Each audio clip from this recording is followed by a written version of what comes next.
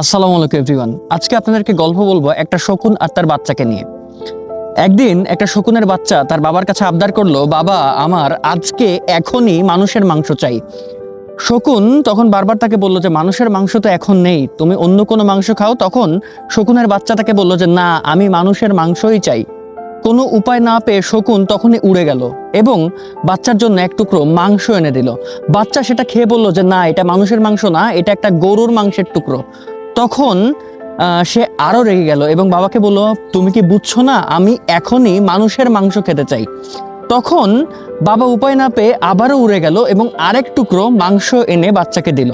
বাচ্চা সে মাংসটা খেয়ে বলল যে এবার তুমি এনেছো একটা শূকরের নষ্ট মাংস, তুমি কেন বুঝছো না, আমি মানুষের মাংস খেতে চাই।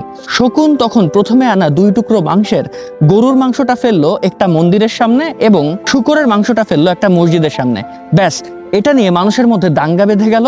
50 জন মানুষের লাশ পড়ে গেল। শকুন আর তার বাচ্চা তখন গিয়ে পেট ভরে মানুষের মাংস খেলো। মাংস খেতে খেতে শকুনের বাচ্চা শকুনকে জিজ্ঞেস করলো, বাবা তুমি কিভাবে এত তাড়াতাড়ি মাংস জোগাড় করলে?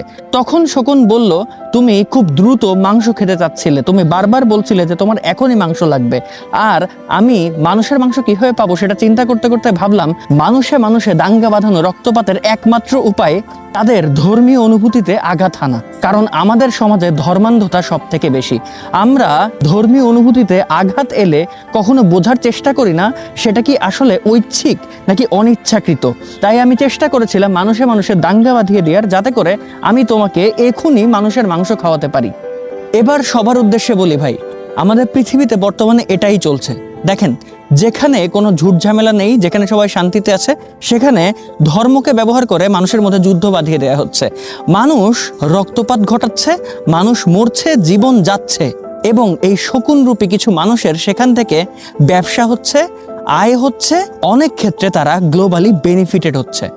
তাই আমাদেরকে চেষ্টা করতে হবে এই ধর্মান্ধতা থেকে বের হয়ে আসার, ধর্মীয় অনুভূতিকে কাজে লাগিয়ে কেউ যাতে আমাদের মধ্যে দাঙ্গা না সৃষ্টি করতে পারে সেদিকে খেয়াল রাখার। Thank you so much. This is Sheikh Naeem Hasan Moon signing out today. আল্লাহ হাফেজ। আসসালামু আলাইকুম।